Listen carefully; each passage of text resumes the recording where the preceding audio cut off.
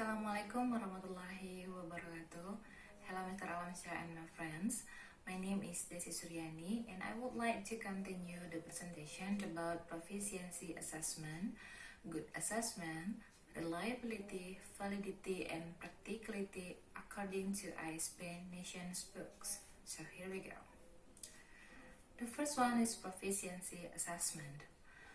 According to this book, a test of language proficiency draw items for the test not from the course that the learners are studying, but from the language itself, independent of any course. There are several responses to constraint of the test at the end of the course. First one is make the course like a test. Second one, make parts of the course like a test. And the last one is remove the test. Good assessment, reliability, validity, and practicality. All assessment needs to be checked to see that it is doing its job properly and that is not causing unnecessary work. So here we will discuss these three criteria in relation to the test, but they can be applied to a far wider range of instruments. First one is reliability. A reliability test or a reliable test gives results that are not greatly upset by condition that the test is not intended to measure. A test is more reliable if, first one, it is always given under the same condition. Second one, it is consistently marked. Third, it has a large number of points of assessment. That is, many questions or are in dictation, many items that are marked. And the last one is its questions and instructions are clear and unambiguous.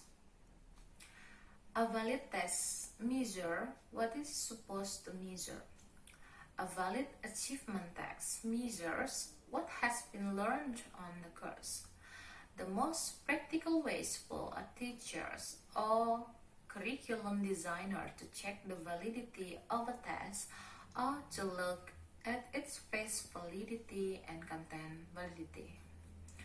Face validity simply means that if the test is called a reading test, does it look like a reading test? If it is called a vocabulary test, does it look like a vocabulary test? So there is nothing very scientific about deciding on face validity.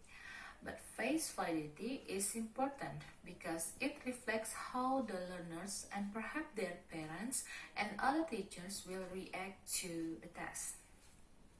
Next is content validity. Content validity is a little like a face validity, except that the decision making about validity is not made by looking at the text face, but by analyzing the text and comparing it to what it is supposed to text.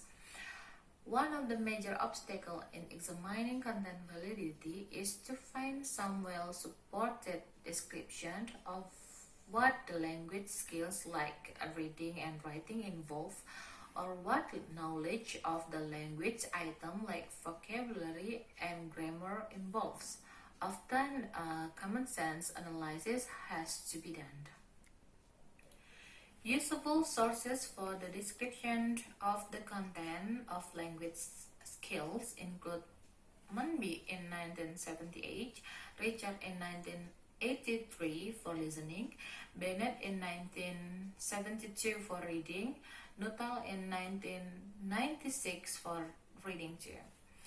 Validity exists when a test is used for the purpose for which it was designed.